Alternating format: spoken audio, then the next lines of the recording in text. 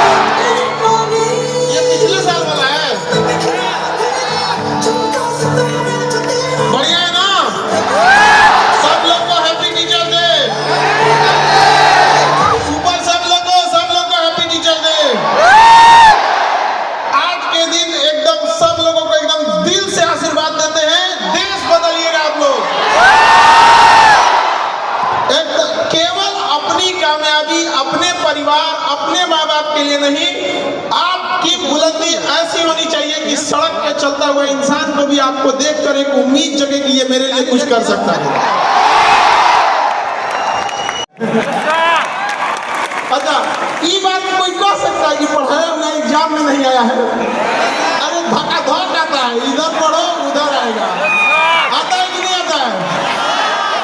इस बार नीट की परीक्षा सबसे टफ हुई थी, लेकिन थैंक गॉड हम लोग को ये नहीं कहना पड़ा कि हम लोग नहीं पढ़ाए थे भैया। और उस बार एकदम नीट ने दुश्मनी निकाल दिया था।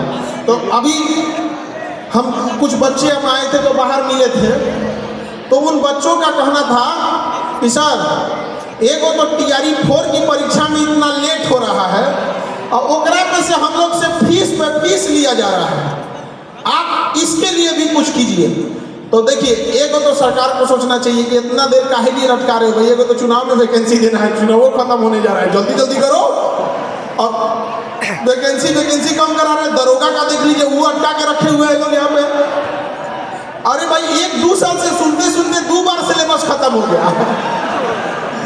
तो इन सब लोगों के लिए भी हम लोग व्यवस्था कर रहे हैं, और खास करके TRE वाले बैच वाले बच्चे के लिए, क्योंकि वो एकदम गेटे पे रोक दिए थे। उनका कहना था कि सर अब पैसों नहीं है, घर वाला पैसों नहीं दे रहा है, क्या करें उनके लिए। तो उन लोगों के लिए कहा कि सर आपको एकदम गेटे पे रोक लिया। हम कहे जा भाई, तुम लोग को हम जो बैच हो चुका है वहाँ पर सर रिकॉर्डेड बैच दिला दीजिए, क्योंकि अब घर से पैसा नहीं आ रहा है। हम कहे ठीक है जाओ, तुम लोग को 99 रुपये में दे देते हैं, रिकॉर्डेड पूरा पढ़ लेना है यहाँ पर।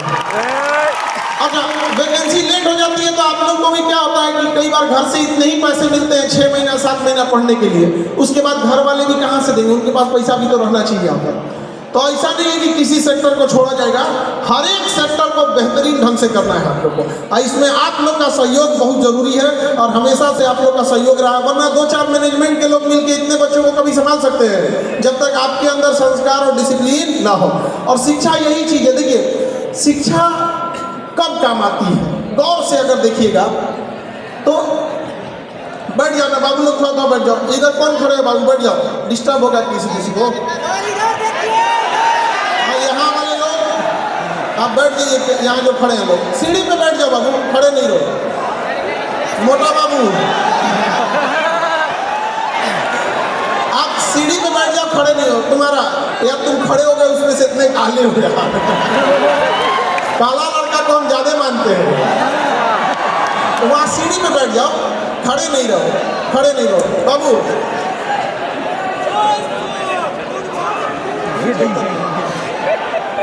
हाँ बैठ जाओ, ऐसे खड़े हो।